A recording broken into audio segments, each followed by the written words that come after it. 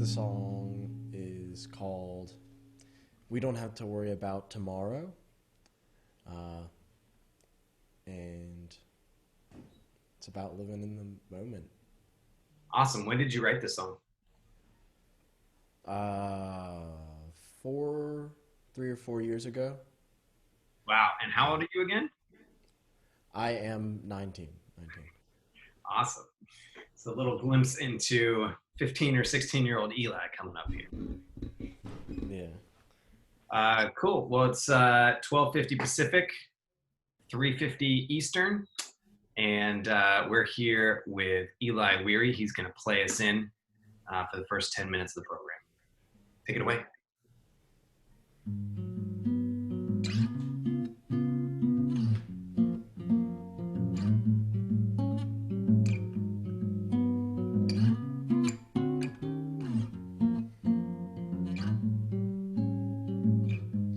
Sugar, how can I be sure I'll taste a love as sweet as yours?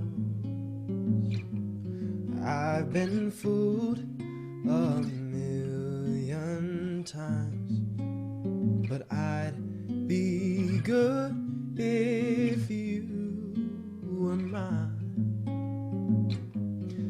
Won't you teach me how to write a song, and I will sing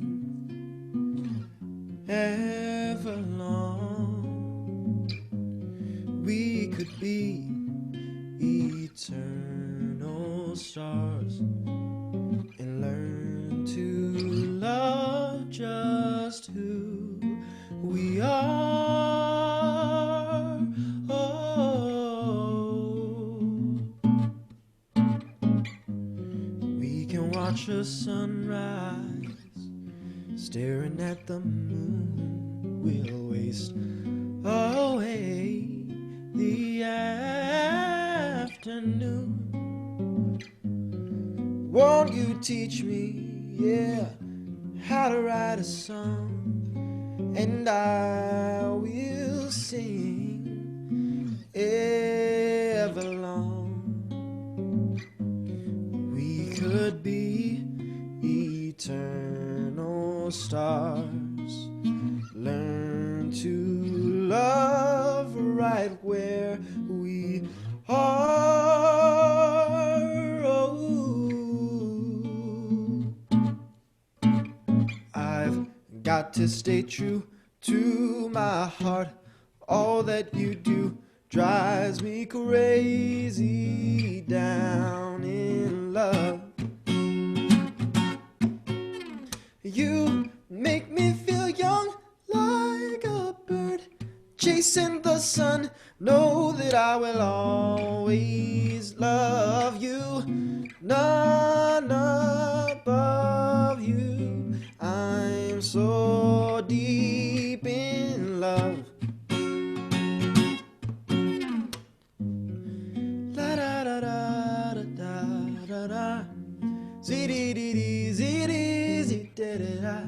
Zee dee dee dee dee dee dee da. Ah. La oh la da da da da da.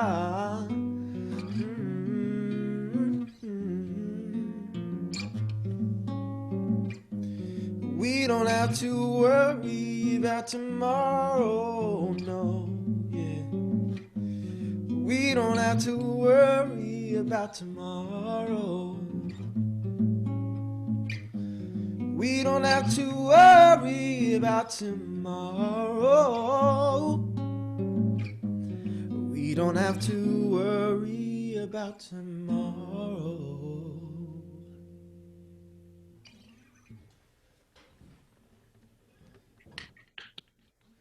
Bravo. Peter, what did you think of that? I thought it was very beautiful. Yeah, I can't believe you wrote that when he was 15 or 16 years old. That was a great song. What do you got coming up for us next? This song I wrote more recently, last year. In college, it was for my composition class. It doesn't have a real name yet, but I call it emotional. Awesome. Take it away.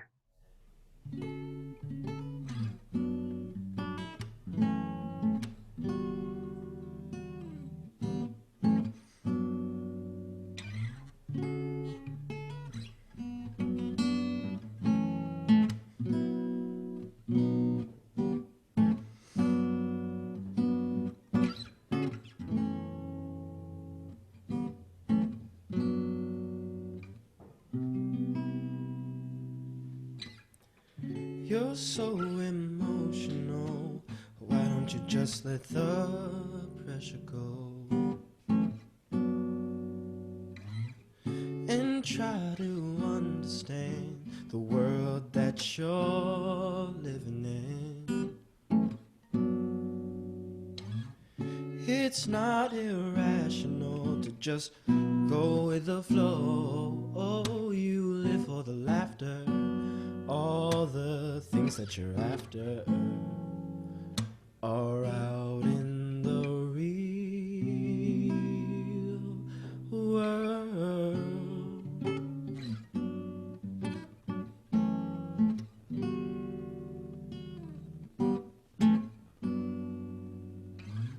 Searching for vertigo, some things are just unattainable. Why must you put me down? I'm only trying to help you out.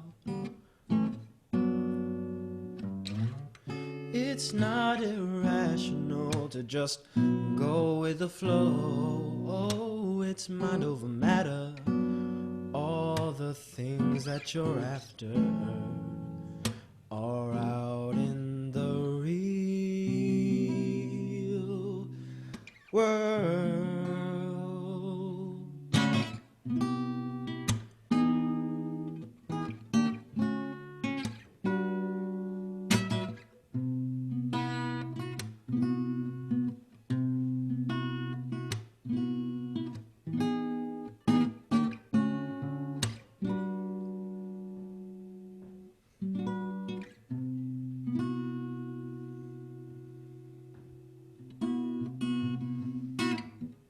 It's not irrational to just go with the flow. Oh, it's mind over matter, happily ever after. It's out in the real world.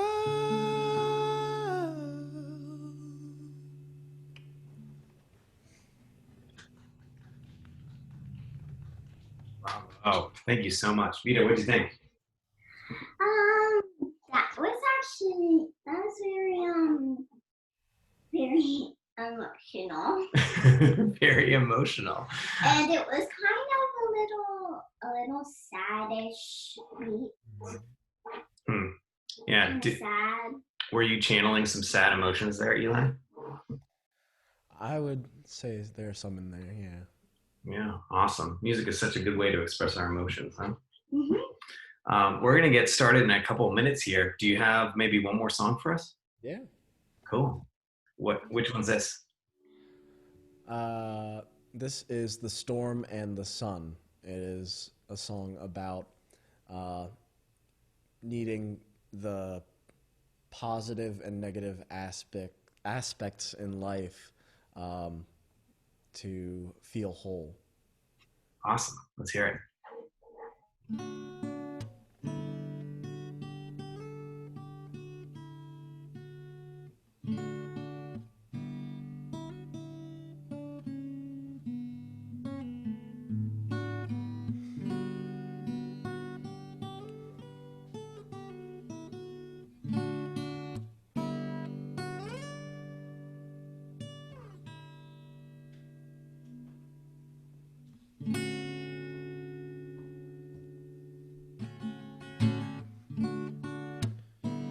Yes, I know that it's hard, and I know hurts at first, but you gotta keep trying. He will find you. You both made your mistakes and might not want to admit them. She will open up in time. She will find you.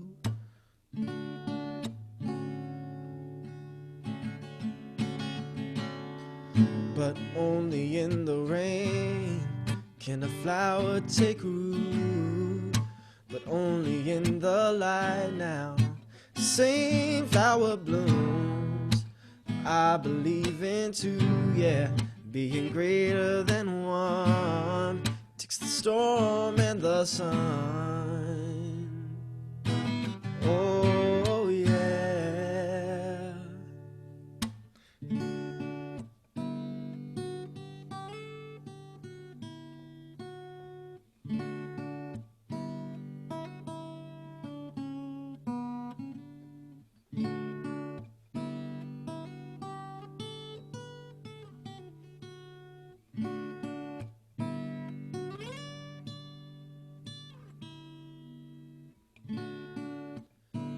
You don't have to convince him.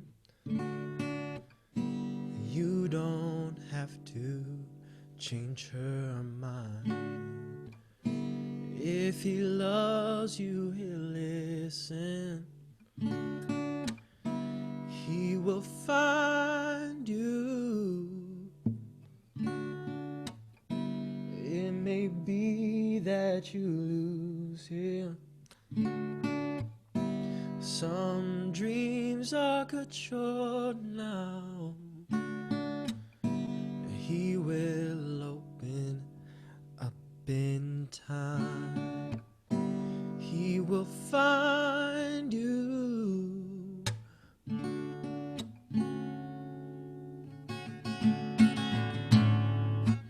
Only in the rain can a flower take root. Only in the light now, same flower blooms. Well, I believe in two, yeah, being greater than one. Takes the storm and the sun. Oh yeah. Da, da, da, da. Da, da, da. Da, da, da. Ba, da, da.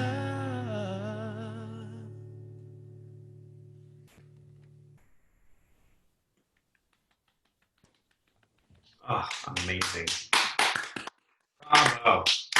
Thank you so much, Eli Weary, for playing us in here. And welcome to everybody who is joining us today on this Thursday, July 2nd. Hope you guys are getting ready for a great holiday weekend. And we are Banning Global Learning. This is Weary Arts Group. And you are a bunch of people who came here to learn and talk about racism and how to be an anti-racist activist. We've got some great people to guide us through this conversation today, and we are super excited to have you here. I will hand it over to Jackie to lead us through this. Jackie. Hello, everybody. It's Teacher Jackie here today. It's so great to see you back. Thank you for coming, and thank you for your commitment to being a part of this. We have, as you know, some very special guests with us here today for our second series in this 4-part series, Educate and Elevate, to help children stand up to racism. And today we're going to really focus on how knowledge can be a powerful thing and how we can really educate ourselves and others. But before we do that, as I mentioned, I'm with Banyan Global Learning. We are a small company based in Los Angeles, California, but we work with people all over the world. Mostly today, I do believe we have Americans here. And learning is something that's really important to us to do through technology. But our guests today are the Weary Arts Group, all the way on the other side of the country in York, Pennsylvania. So I'm going to toss it over to Calvin. Calvin, tell us a little bit more about yourself and introduce yourself today. Well, hi, I'm Cal Weary, and I'm CEO of the Weary Arts Group. And what that means is I'm like the guy who's in charge, but there's a lot of people, and I always tell folks that the Weary Arts Group, the most important part is the group. And these are my daughters. They'll introduce themselves then. This is Amani. And this is Ella. And Amani, how old are you? I'm 14. And Ella, how old are you? 17. Yeah, time goes by. You guys will be 14 and 17 soon enough. And Eli, who was playing at first, that's my son, and he's 19 years old. He's hiding in the back playing his guitar. Here he is. He's popping his head in. There's Eli. The Weary Arts Group is a Black-owned business in York, Pennsylvania. We handle we make little movies, we make productions, plays, anything that happens on the stage we do it, but we also train people in acting and dance and what else, guys? Singing. If it's arts, we do it. We do crafts, photography, videography, all those things. So we have a number of spaces here in our town that we do that in, and this is one of our smaller spaces. This is actually a small, tiny little theater space that's next door to our house that we have. So people come here to take group music classes as well as acting classes too, and we do a little bit of video editing here. But that's why it's next door to our house. It's easy for us to meet with you guys here. We love working with people and helping them to bring the art out of them. Every single one of you has an artist inside, and it's our job to make sure that we can help you find your inner artist. So we're happy to be here with you today. Thank you. That's so beautiful. And I am so lucky that I got to see this amazing art space. I was very humbled to say it's small. It seemed pretty big to me. They have a whole stage, and I got to see some amazing young people performing. So I love what you're about, and I appreciate what you do a lot.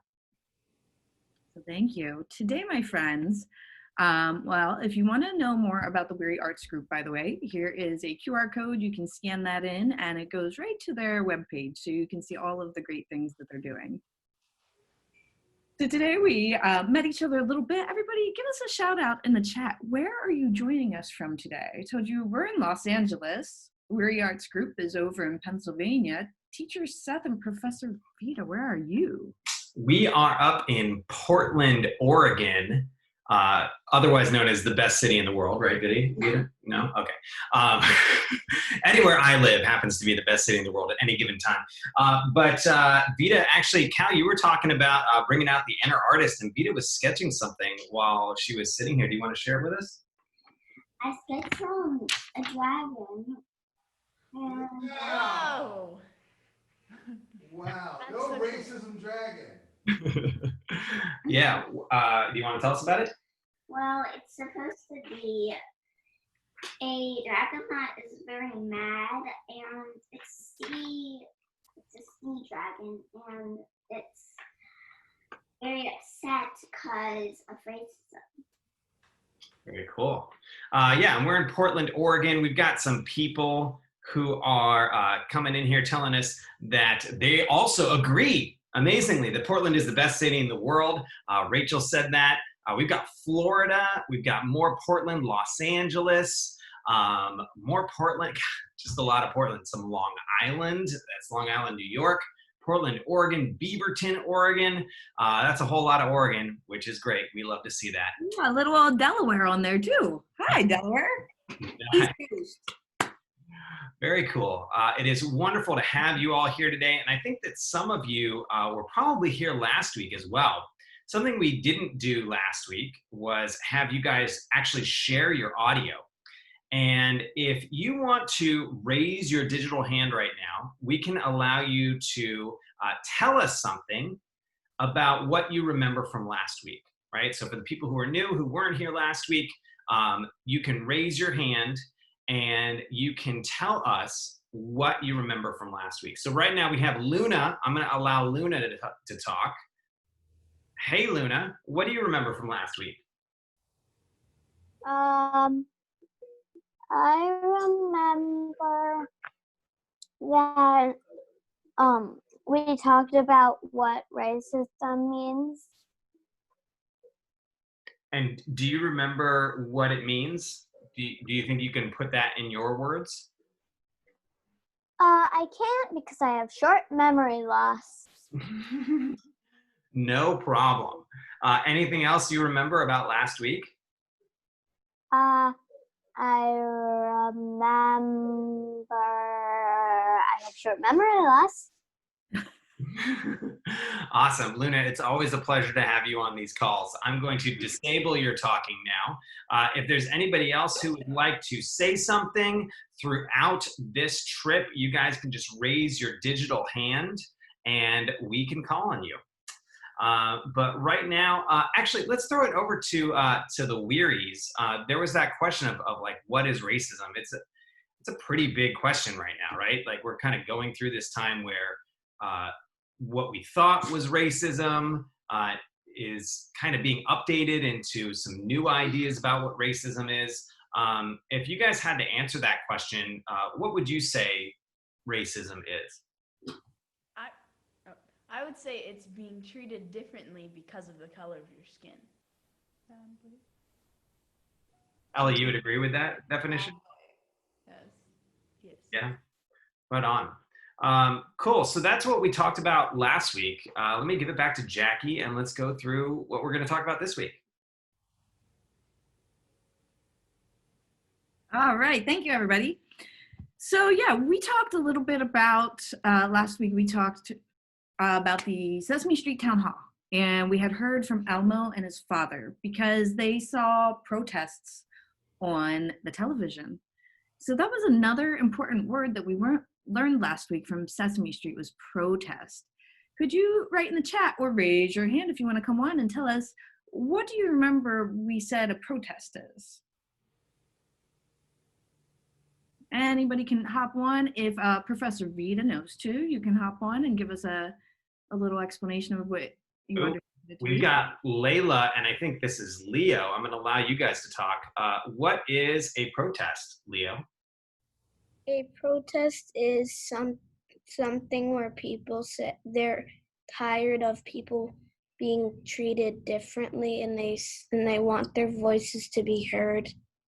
Oh, that's awesome. Hey, Leo, where are you? Where in the world are you? LA. Nice. Are you Vita's friend? Yes. Yeah. Did your daddy go to college with me? Yes. Thanks for coming, Leo. We appreciate it.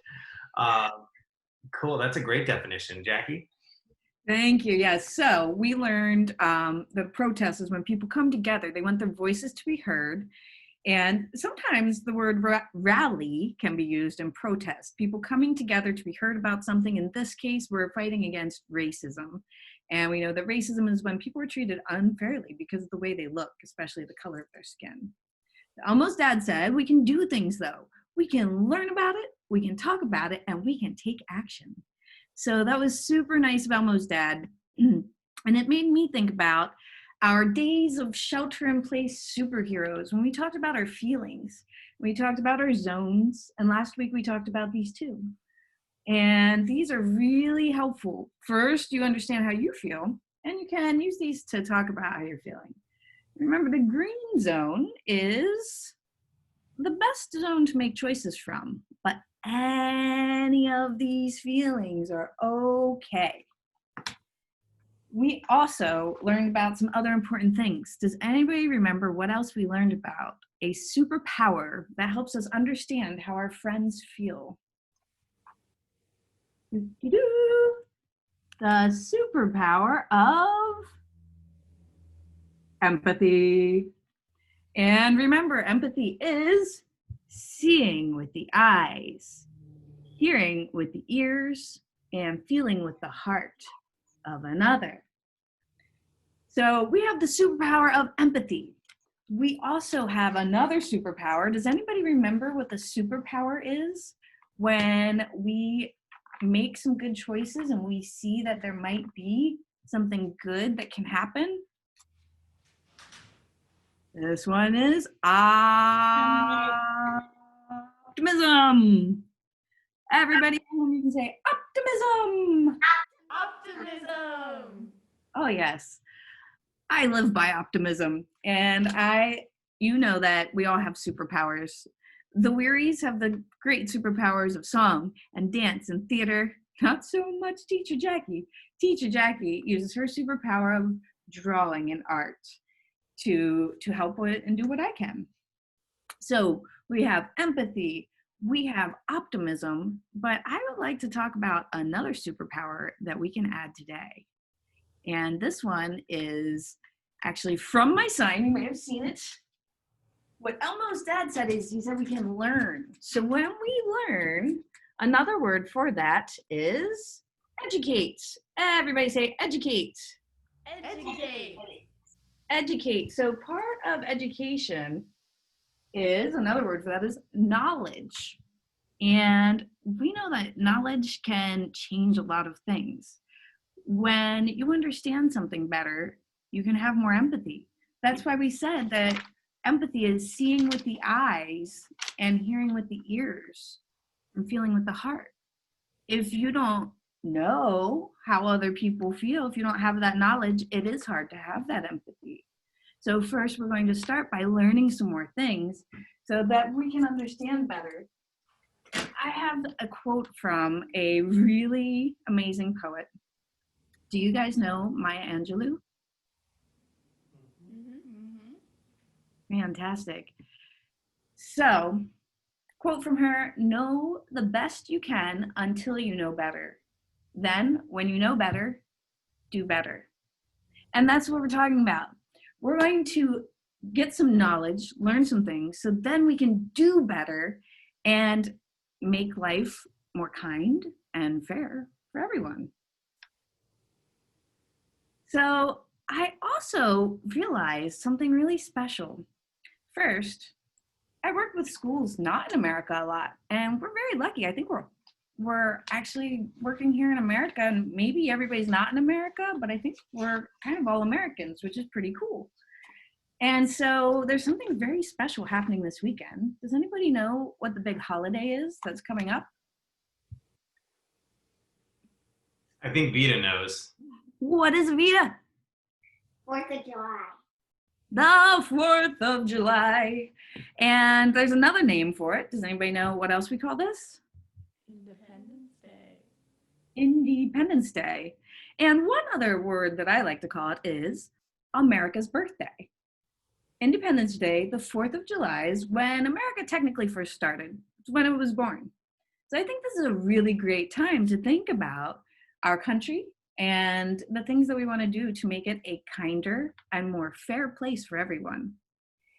And I thought that we could give a little shout out, a little America happy birthday by singing the national anthem together. We have these talented singers here with us, and Vita as well. I've heard you sing, you're great. So I thought we could do a sing along. And in case you don't know, I'm not going to leave this up the whole time, because I think most of us know, but here's the lyrics to our national anthem, the Star Spangled Banner. So, Weary Arts Group, can you lead us through a singing of our national anthem?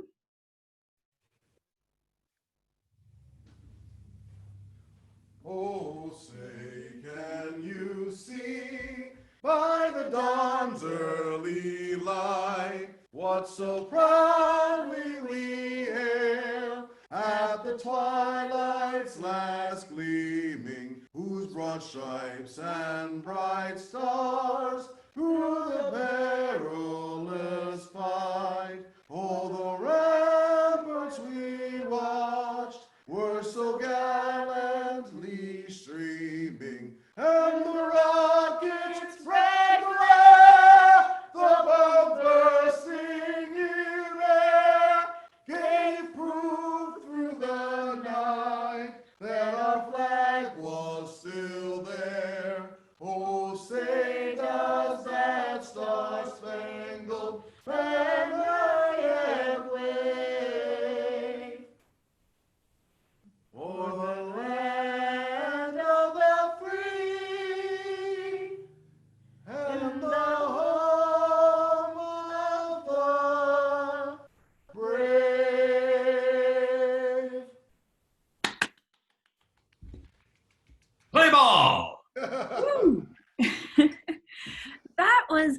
absolutely beautiful. Thank you so much.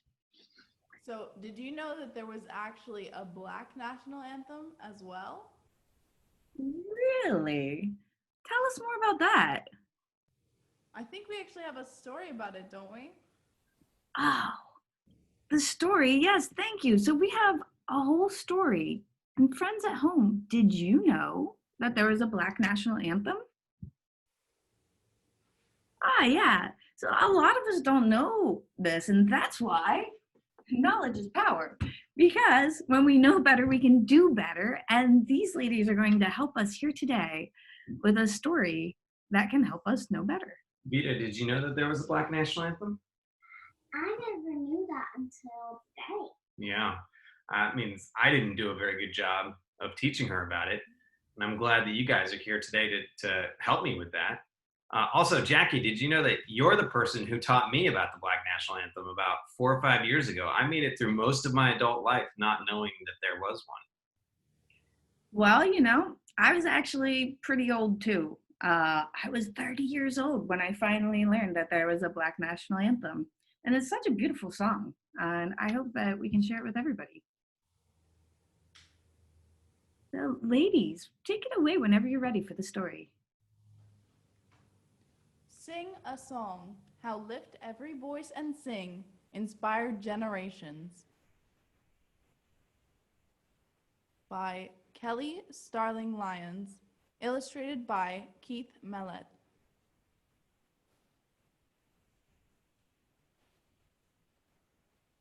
Before you were born, a girl learned a song.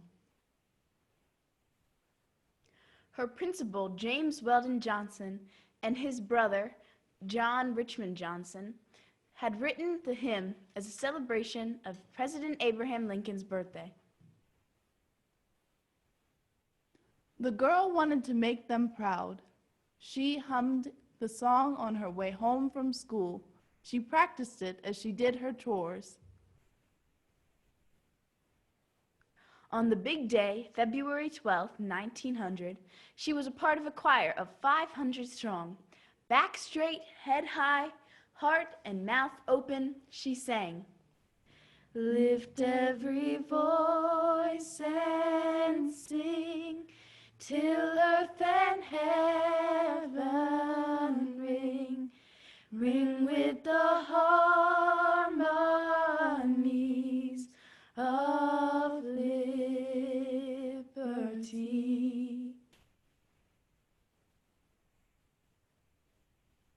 And she kept on singing as she grew up. She taught it to her students when she became a teacher. She crooned it to her husband as they journeyed from Jacksonville, Florida to a new life in Pittsburgh, Pennsylvania. She sang it when she rocked her baby boy to sleep. It was part of her, and she wanted to pass it on. And you know what? Her little boy learned that song. He listened to her hum it as she dreamed of being able to teach again in her new home. He heard his daddy sing it when the days of the steel mill wore him down. Then, one day, he stood in the choir loft and gazed at the glowing faces. Back straight, head high, heart and mouth open, he sang.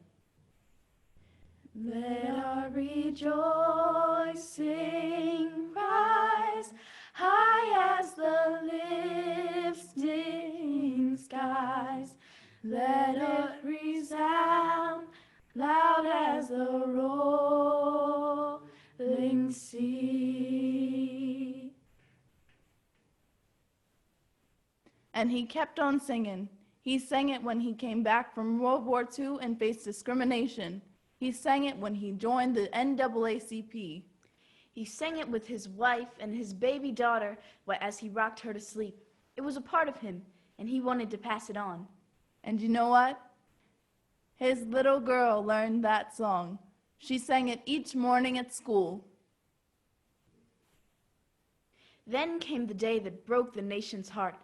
Dr. Martin Luther King was killed. The next morning, she saw her teacher cry. Sobs replaced singing, then whimpers and silence. Who would lead them now?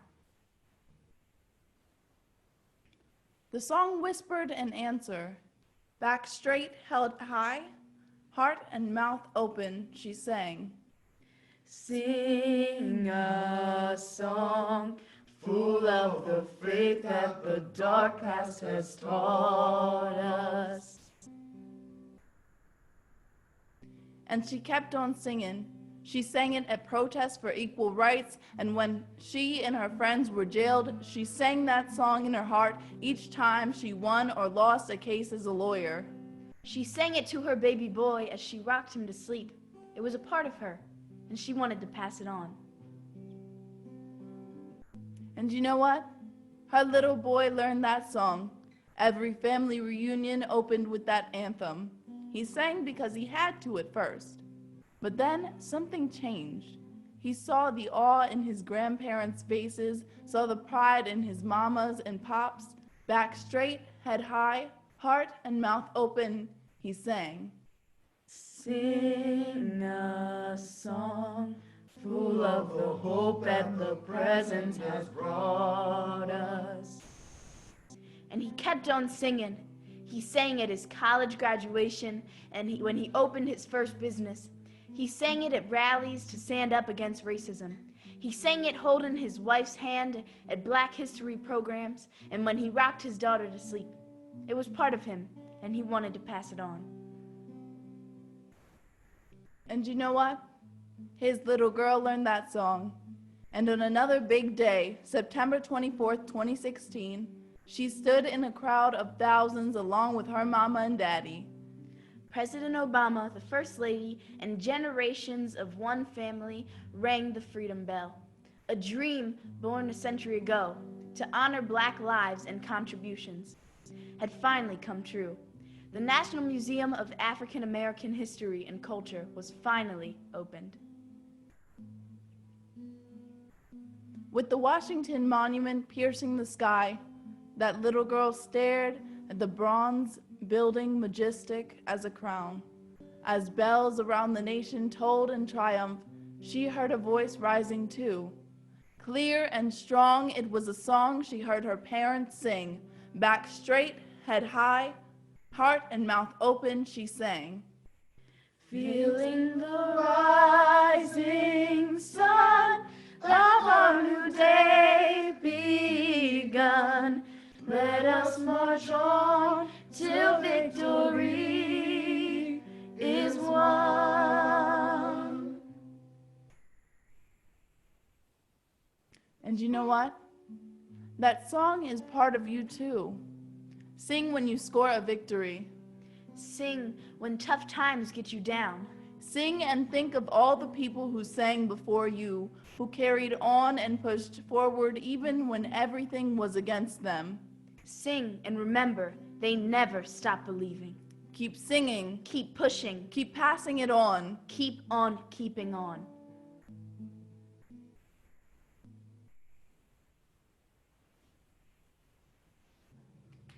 Everybody, let's give them a very big round of applause. You can share your applause in the chat. Wow. Thank you. First, that was absolutely beautiful. Your voices are amazing. And I really appreciate you sharing that important story with us. Friends in the chat, feel free to ask any questions or comments. I know I would really love if we could all sing this song together. Do you think you might be able to teach us? Of course. Perfect. So friends at home, and Teacher Seth, we didn't talk about this, but I thought this also might be a great time to throw it out. If anybody wants to raise their digital hand and sing along with us, you could hop on and sing with us too. And certainly, even if we can't hear you, raise your voice at home and sing with us. Because the more people we have singing together, the more powerful it is. So let's go ahead and you guys go ahead and lead the way. I'm going to mute myself because I'm a bad singer. I'm going to be singing along. I promise. So take it away. Can you put the words up Yeah. so they can see the...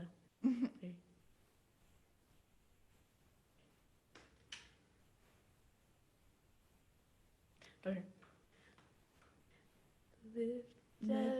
Voice and sing till earth and heaven ring, ring with the harmonies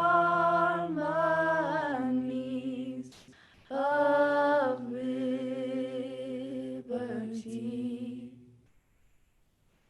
Let our rejoicing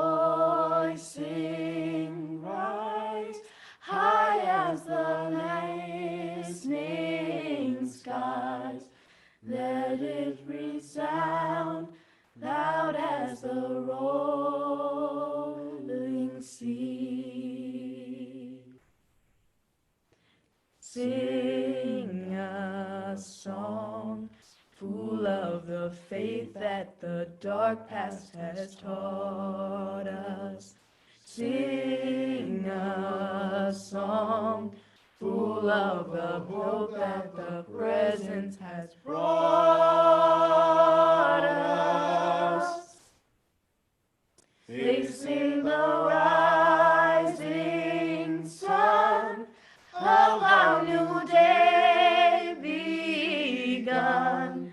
Let us march on till victory is won.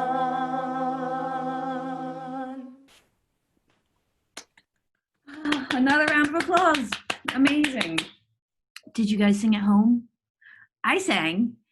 How did that make you feel when you sang that song? Friends at home, you can write in the chat. I know, I would like to ask Vita, how did it feel for you to sing that song? Very enjoying. Like enjoyable? Yeah. Yeah. Why did you enjoy it? It was very beautiful hearing it with me singing it. It really changed a lot of stuff in me. Huh. I think that's, that feeling, there's a feeling called uplifting, right? Like kind of like where you're, it's like kind of like a mixture of like joy and optimism where you feel like it's going to help you do great things, right? I kind of felt that way. Yeah, and I see, Leela said she felt happy and Elsa felt great. That's so wonderful. Now, I know I felt there were certain parts of that song that I really liked.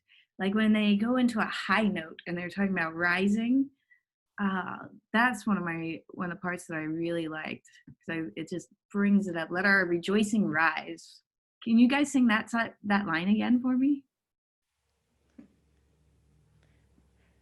Let our rejoicing rise high as the listening skies. Thank you. Yes, that rise at the end there, it just brings it all home. So friends, were there any parts of the song that you really liked? And we're a arts group. How does it make you feel when you sing that song? I think this song makes you feel very empowered. Like even though you may be going through whatever you may be going through, you can always find a way to rise and overcome it. The song makes me feel very proud to be Black and have the culture that I've been raised in. Makes me very proud. Nice. And how about you, Eli?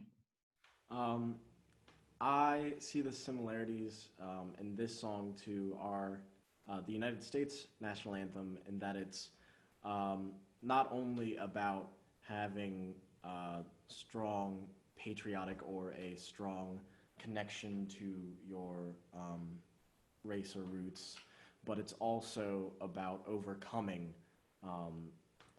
the things that are going on in the world around you. And I think that's a beautiful thing. I agree, and I think that's a really good comparison. There's a lot of similarities. They're meant to be uplifting and bringing people together. So thank you, thank you, thank you. I would like to take a minute too to go back to the story and talk about a couple pages in that. And we question too, Jackie, if you could pause on the title there of the story. We had a question about what the name of the story was and who the author was, just in case people want to purchase it. And I think that we'll send out that link in our follow-up email to parents as well. Absolutely, yeah. So yes, this is the link to it here, and this was a page that I wanted to take another look at. I believe, Ella, this was one that you had mentioned was special to you.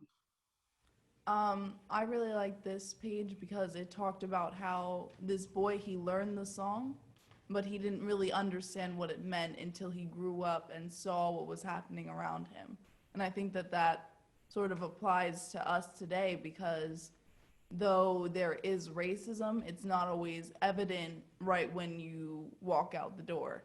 It's not something that you can see right away. It's very hidden and covered. So he didn't understand why he was singing it until he went out into the world and figured that out. Do you think you could talk a little bit more about that, about the ways that racism are hidden, racism is hidden and covered? I know for one, the education system, I don't want to get into the facts, but there's evidence to prove that city schools and minority populations are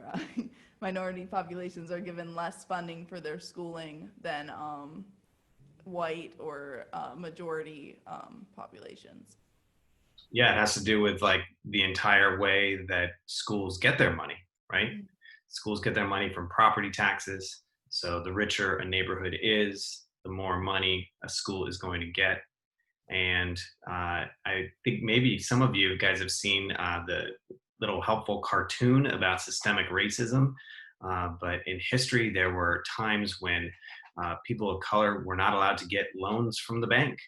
And that is something that would really, really stop you from being able to make money, right? To buy a house and benefit from that house increasing in value. And, fast forward a few generations, and that equals less money for schools. So it's that is one of the ways in which racism is hidden, right? Like you don't necessarily see it right away. Yeah, and taking it back to Elmo and Elmo's dad, not every street is like Sesame Street. Not every school is either. And so back to what the girls had said about education, and all of you at home are young ones who are in the education system. So just remember, you're there all day, every day when you go back to school, and that's your school. So you can, again, use your voice, and that's what we're learning about, is how to use your voice to make sure that your school represents what you care about, which is making sure that people are treated nicely. I wanted to take a look at one more page because I thought this one was really important too. And tossing it back to the Wearies, could you talk to us a little bit about this one? So in this one, it says something about the National Museum of African American History and Culture opening. And this happened in 2016, and a lot of other stuff happened in that year. And so this kind of got thrown under the table, and not a lot of people knew that it happened. But it's very important because it's a milestone in our history that this museum, this official museum, is able to teach people about Black culture, African American culture. Because African American culture has been ingrained, or it has been with our history as America for the entire time. But what ends up happening is the history is very whitewashed, and Teacher Jackie might want to clarify that. But so the history becomes whitewashed, and we don't actually end up learning about African American history, and it's sort of glazed over. Absolutely, thank you. And friends at home, do any of you know what that means? Whitewashing, if you hear the name, is has to do with when white people were the ones writing all the books, and they were the ones that were the principals. They were a lot of the teachers, and still are. that then that's what the history becomes, is this one perspective when people are not seeing with the eyes of someone else. It doesn't have empathy for people who don't look like them. So that's what we're working on, is to making a curriculum where we can see with the eyes of the real past, and what happened with people who aren't white, and hear with their ears and hear their stories. And then we can finally feel with their heart and have empathy. Super important. Thank you. And I just wanted to share actually my favorite one on my favorite page was because it matches my sign. And here they say end racism, just like my sign does. And so I thought that was great that we're all working together and working on ending racism. And thank you, friends, for being here today. Now, Weary's, and timing wise, just want to check in. Did you have another song lined up that the kids could do a question and answer while they write some questions while you play? Yeah, he can sing song. And before that, I think Professor Vita had a favorite page of that book too. Vita, what was your favorite page? My favorite page was when the girl was doing her chores and singing the Black National Anthem. Because it's my favorite page because it reminds me of me cooking with my mom and singing songs. And now that I know this Black National Anthem song, I can sing it with her while I'm doing my cooking and my chores. That's super nice. Thanks, Rita. Fantastic. So, friends at home, we are running out of time, but we would love to give you the opportunity to ask the Wearies some more questions if you would like, to Ella, Eli, and Amani. So while they play a song, go ahead and write your questions in the chat, and we'll be right back. Take it away.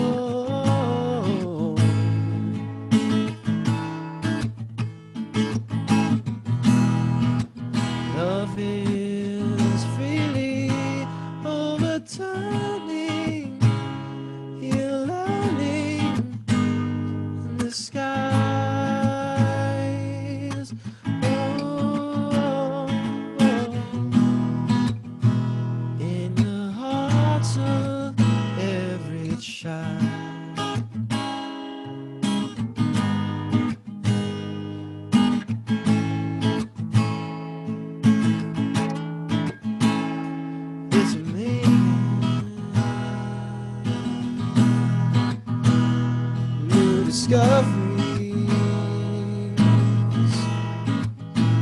and it's changing like a heartbeat.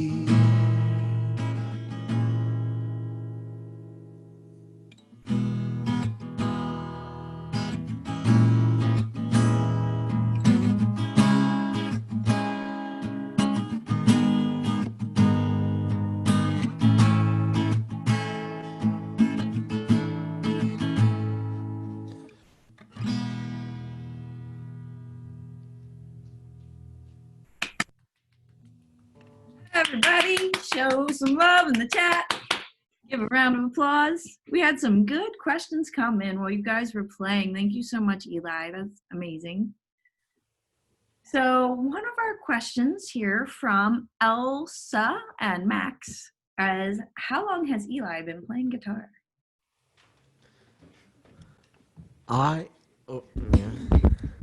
Hello. I've been playing guitar for about 9 or 8 years now, I would say. Wow. Nice. Do you play every single day? I wouldn't say that I play every single day, but I do enjoy playing, so I play whenever I can. Nice. Nice. Well, I guess that's the key to getting good, is enjoying playing so that you do it enough. Fantastic. And let's see, we got another question here. This came from Leo and Layla about, we talked about how we felt when we sang the Black National Anthem, but that's a good point. We didn't talk about how we feel when we sing the standard, let's call it the standard US National Anthem. So how does that song make you feel when you sing it?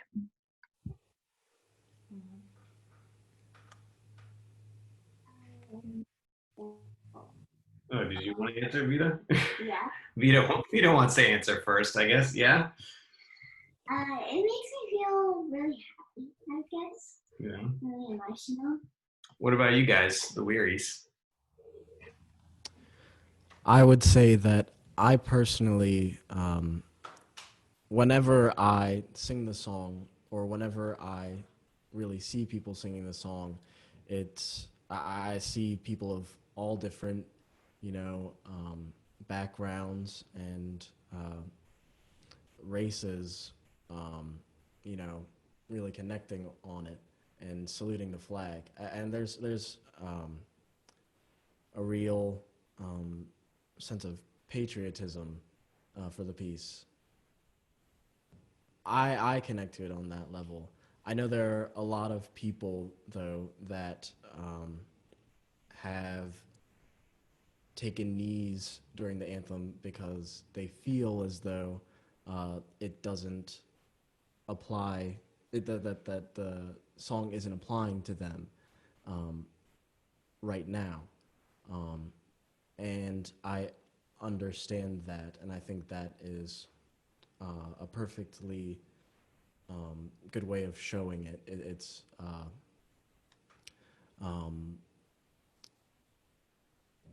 nonviolent, but it serves a point, and I think that's good. It's a yeah. Sorry. Yeah, thank you. It's a peaceful protest. Yeah, thank you. It's a peaceful protest, obviously not about a song, but about a much bigger idea. And Eli, you did a fantastic job of summing that up, that you don't feel like the song really represents you, then it's a hard thing to stand for. How about you, ladies? I want to give you the opportunity to respond I as know well. I personally have very mixed feelings about the national anthem, which is why I didn't answer right away. I think what Eli said was pretty much, it was a very good representation of how a lot of people feel. And so, though I do love America because this is my country, I don't personally agree with everything that's currently going on. So it's hard for me to agree with everything in the national anthem because I don't know if it's all being followed.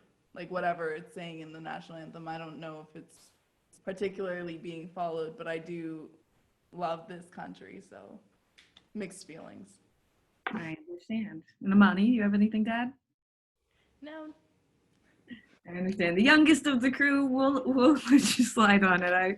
I would imagine you might echo the sentiments of your siblings. Yes, I agree with both of them. Mostly what Ella said, though.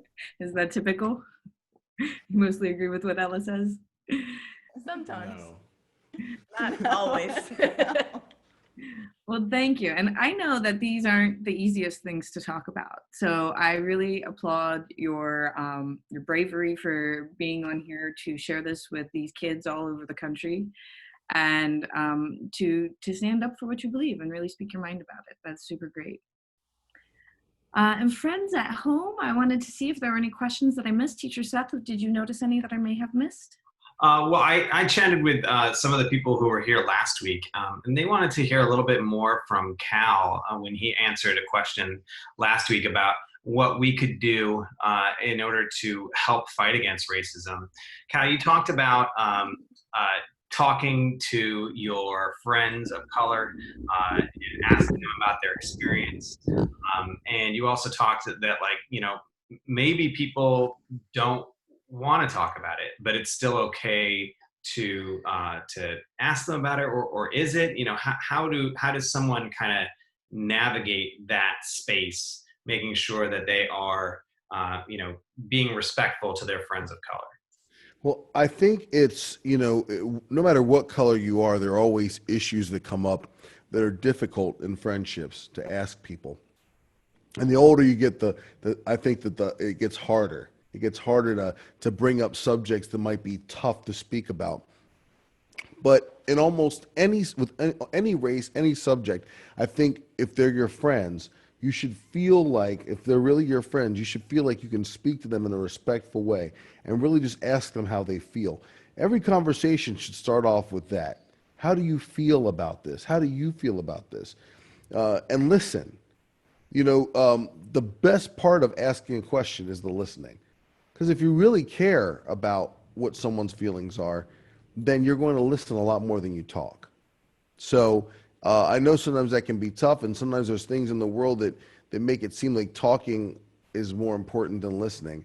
And trust me, I do a lot of talking. So, but I have found that if I catch myself, if I really want to know how someone feels about something, you ask the question and then you listen. You have to listen. And I think if you're really listening and not waiting for the next thing you're going to say, if you're really listening to them, you're going to get an insight into their lives that you wouldn't have. And this doesn't just go for this. This goes for a lot of things. It could be something as simple as your favorite flavor ice cream. You know, think of it this way. If your friend comes over to your house and you get ice cream and you're like, it's going to be great, we're having ice cream. And every time you get ice cream, you get your favorite kind. You never ask your friend what kind they want. This is saying you have a say in this. And it's mint chocolate chip is your favorite. And every time your friend eats it, they kind of allude to the fact, oh yeah, it's great. But you can almost tell that it's not their favorite. All you had to do was ask. Maybe you could change that.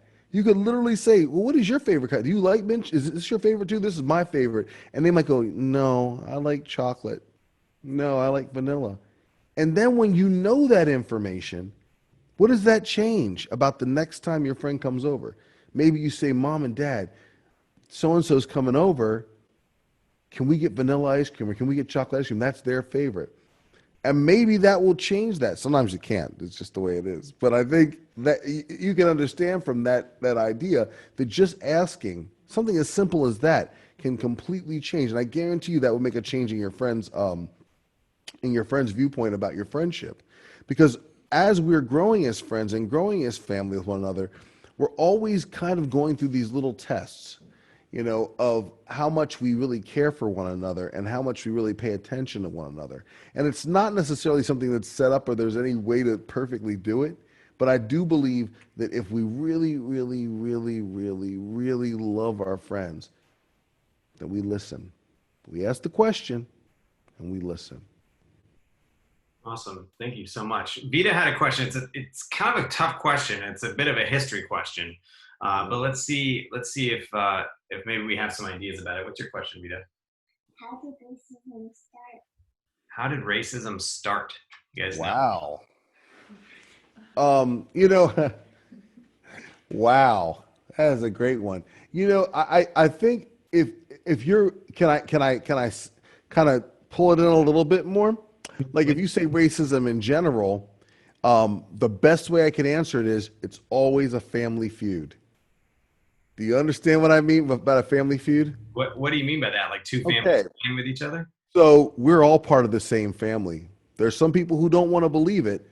There's some people who want to believe there's a major difference between black and white and Spanish and all that, but we all come from the same place.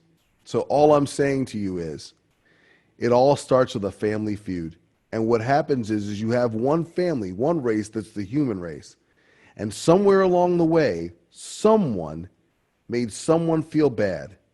And then it has been basically the idea that I don't like you because your hair is brown, or I don't like you because there's usually we look for differences to find reasons to dislike someone. In this case, it's a difference in the color of skin when we're talking about racism, right? Or what race you are. But we're really all from the same place. So what I say is the reason why it's so ingrained and painful is that the people who dislike others who look different than them, something happened long before them that separated a family. And that's what makes it hurt even more.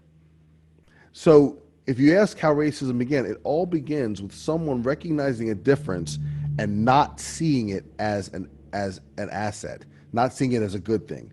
I see something different about you and I don't like it. Now the other, on a bigger scale, is generally when it comes to racism, you have a group that has more money, more power, and they dislike another group that looks different than them, and also don't want that other group to take away their money or their power. So when that happens, they may do things to hurt or hold back that other group. Think of it as like being in a race, like a race. You're running, and you're running maybe behind someone, and they're winning. And maybe every time you race with them, they win. So they've gotten used to the fact that they always win the race. And all of a sudden, they can hear you coming up behind them. When they win the race, everyone claps for them and loves them, gives them ice cream to eat. They have all these wonderful things that happen at the end of the race, and they don't want to lose that. You can understand that, right? But they can hear you coming up behind them. They can hear you. Now they can almost feel you breathing on their neck. Now you may have even passed them, and hanging from the back of their neck is their hoodie. And you reach forward and you grab that hoodie and you yank them back. That is the most physical representation of racism that I can give you. That you literally have a group that has, for the most part, always been in front. And then every now and then another group tries to go forward, and that group, instead of saying, hey, maybe this time I won't win, but next time I will, or hey, let's run in together, they actually grab the other group and yank them back. So they can't get the ice cream. They can't have everyone cheering for them. And that's what, when I think of telling, younger folks about what racism feels like, it feels like having someone pull on my hoodie, pull me by the throat back. So I hope that makes sense, if you can understand that. And here's the thing, there's nothing wrong with wanting the ice cream, but there is something wrong with not letting anyone else have any. We talked a lot about ice cream. I think I'm going to have some today. but I must be on my mind or something. Does anybody else want ice cream? Well, what I was going to say is I think that we can all have ice cream, and that's what a lot of people don't see. Like, there's plenty of ice cream for everyone to have. And so if you're thinking, well, I want this bucket of ice cream by myself, then you're not really practicing good sharing. Yeah. And Sharing so is caring. Share your ice cream. share your ice cream. That's racism. Please.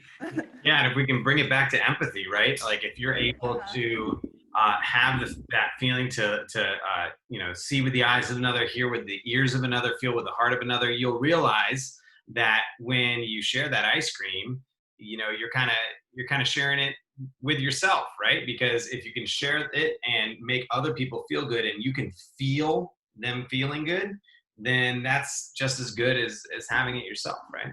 Well, and what you just said comes back to the whole family idea too. Most people don't go there with that, but I felt like I kind of, if you plant that seed that we're all part of the same family, and people start to think about that, we're all human beings. We're all part of the same human race. Like, there's a lot of other ways to break this down, but I really do believe racism always comes back to the family feud. And it's like, if you can remember how it is in your own household, if you ever have siblings, and like someone's got this and someone else got that, and oh, he always get, if you break it down like that, it makes it seem so childish. Nothing's wrong with being a kid, though, by the way. As we get older, you would think we would let go of some of those things, but there's a lot of grown-ups who are acting way younger than you guys. That's true. We have a comment or question from Kaimana Williams. I'm going to allow you guys to talk. What's your comment or question? I think you're muted, right? Yeah, there we go. Otherwise, how racism started is when African Americans got to America. That's the whites from America were taking advantage of the African Americans. Cool, thank you. I think you were talking about about enslavement, right? And when Vita first asked that question, that's actually where my mind went, right? And I kind of thought to myself, like, did racism exist before enslavement, or did we find different reasons to see that someone was different and create groups based on that? I learned recently that one of the reasons why slaves or people were enslaved from Africa rather than from other parts of the world had to do with the ability of Africans to fight off disease like malaria, and taking the people from those regions made it so that they would survive more in enslavement. Which is just a really weird thing to think that, it was actually an evolutionary benefit that resulted in one people being enslaved instead of a different people. Because I think at that time that there were actually white slaves as well, but Americans, focused on taking people from Africa. Do you guys happen to know if like racism as we know it today, like predated enslavement at all? I think there were always pieces of that, but definitely, like, when the first I want to say conquistadors, but not that, just explorers came, they took people from the Americas that they enslaved, and I think we might have talked about this before, or maybe I talked to someone else about it, but those folks got very sick from them, just differences in chemical makeup, just different, being from Europe, and they brought sicknesses with them. Those people got sick, and they couldn't handle what they were doing them. So literally, there was I think it was a Portuguese priest who wrote a letter back home saying, "Please, these people." He actually thought he was helping by saying we should, instead of using these folks as slaves, there are folks that we've gotten before from Africa who were slaves and used as slaves. Let's use them. They're much stronger. And it really started, that's where that piece of it started. But that's not really where racism started. I mean, I think in fact, when treating people who were slaves poorly, there was a thought pattern that they were making their lives better, that they were just living in a jungle somewhere, and they brought them somewhere where they got to have clothing and eat, and yes, they're working, but they're doing God's work. So I think that if I really am thinking about what I'm trying to get through to you is what predates all of it is the fact that people started to look different from one another, whether it was the sun or whether it was just genetics, and people generally at first, when something's different, we're kind of leery of it or weary of it, and sometimes it goes a bad way. And I think that's what racism is. It's literally, one group. If you like where it has to start in a family. It starts with the original people. So I think it's a great thing for you guys to take some time, and I will challenge everyone out there to do some research if that's okay, to do some research on when they think it started. And if there's something that predates it, like, I mean, obviously you have Jewish folks that were enslaved in Egypt, but I don't know that that was necessarily as much a race issue as a conquering issue. And even in Africa, the first sets of slaves that came over were actually captured folks from actual skirmishes in Africa, where one tribe defeated another tribe and made the tribe they defeated their slaves, and then they sold those slaves to people who brought them to America. So it wasn't necessarily for a racial reason. It was that originally was just you lost in battle. But distinctively in America, they also had black slaves in England, but the actual thing that American racism is like no other. It's like no other. Because not only was it important for there to be a separation between people because of their color, there also was a feeling that those who did not have money, who were white, were actually made to feel better because at least they weren't black. And that is the piece of American racism that I think is a little bit different than anywhere else. Even if people felt that way other places, our form of racism has definitely gone other places at this point. I think that's why education is so important right now, and learning about it as young as you guys are, because people earlier were educated to learn that black people were lesser than, and that they weren't equal to everybody else. So now that you guys are learning that everybody should be equal, then it's much better for this country. Because before it was thought that black people were lesser. So Inferior. yeah, inferior. Right. Anyway, like I said, the challenge is out there. The challenge is out there. Like, where did it start? Because I think sometimes when you can really figure out where something starts, it's really a lot easier to understand why it still exists. Because you would think at this point, you know, we've been through so much. And I can tell you, hopefully maybe at some point we can bring a woman we call Gigi on with us, and that's actually their grandmother, because she was around during the race riots in the revolts of the 60s. And sometimes she's in the room with us when we're talking to you, and she's in the back making little comments in the background. But she has a distinctively different idea. And it's great when you have some older folks to talk to who remember other times. But it's for her, she feels very sad about what's going on right now, because it feels very much like what she thought they fought against and kind of were moving away from. So she's seeing a lot of things that remind her of that.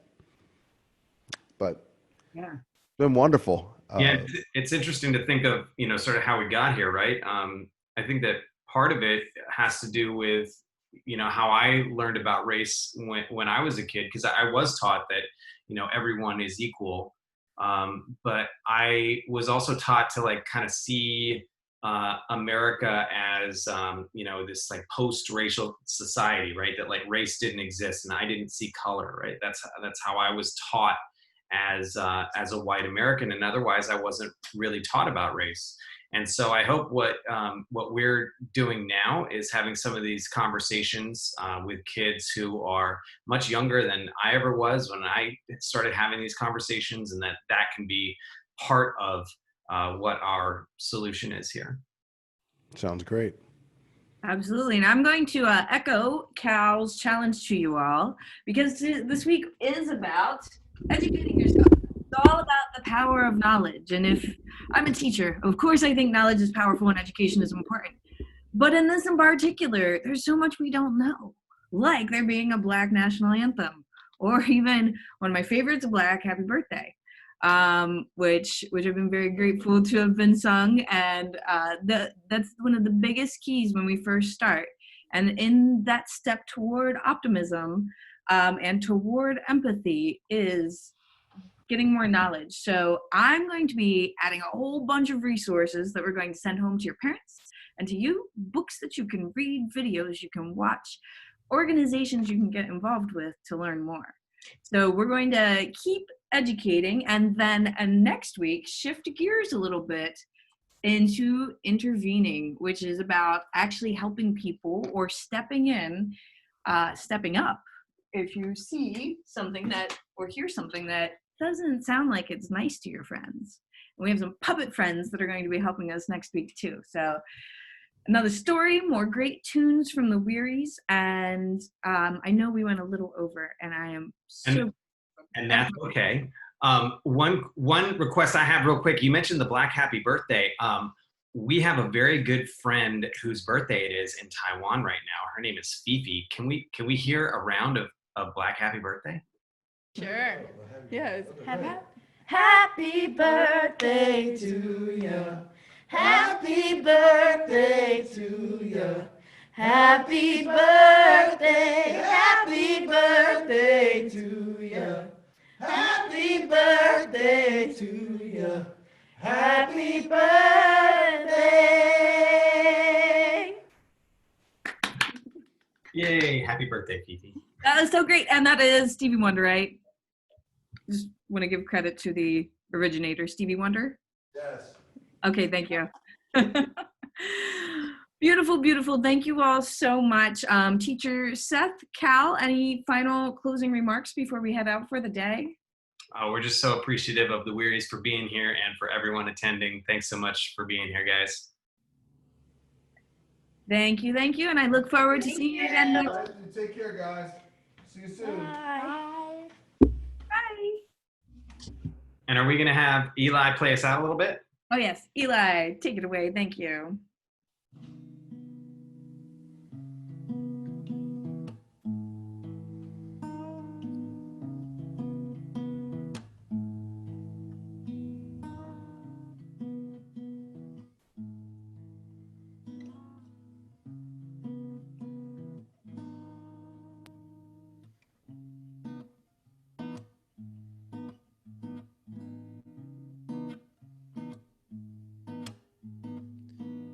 I wrote the rhythm, can you hear me? Try to tell you when I can't speak. Deeper waters when I miss you, only drowning then. Get the feeling I still need you, back together only too soon. Deeper waters when I loved you, only drowning then. Deep waters, blue sky dreaming, distance in the feeling. Deep waters,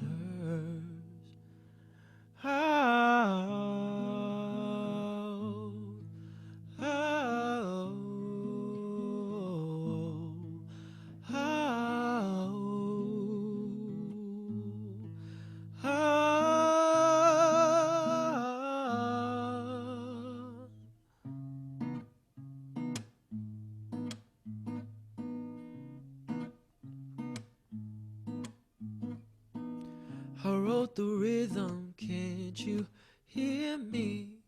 Try to tell you now I can't speak. Deeper waters when I love you, only drowning then. I'm underwater, can't you see me? Now I'm draining and I can't breathe. Deeper waters when I love you, only drowning then. Deep water,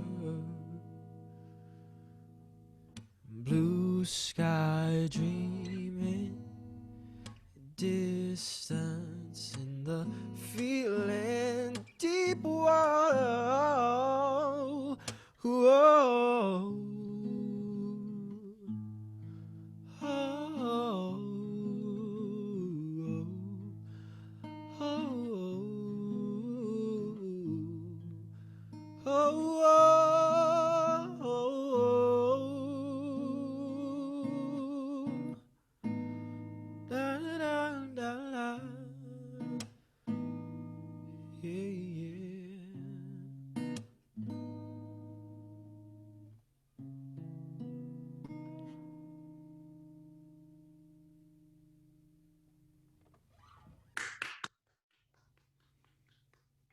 Bravo. Thank you so much. Thanks so much to the Wearies. We will see you guys next week.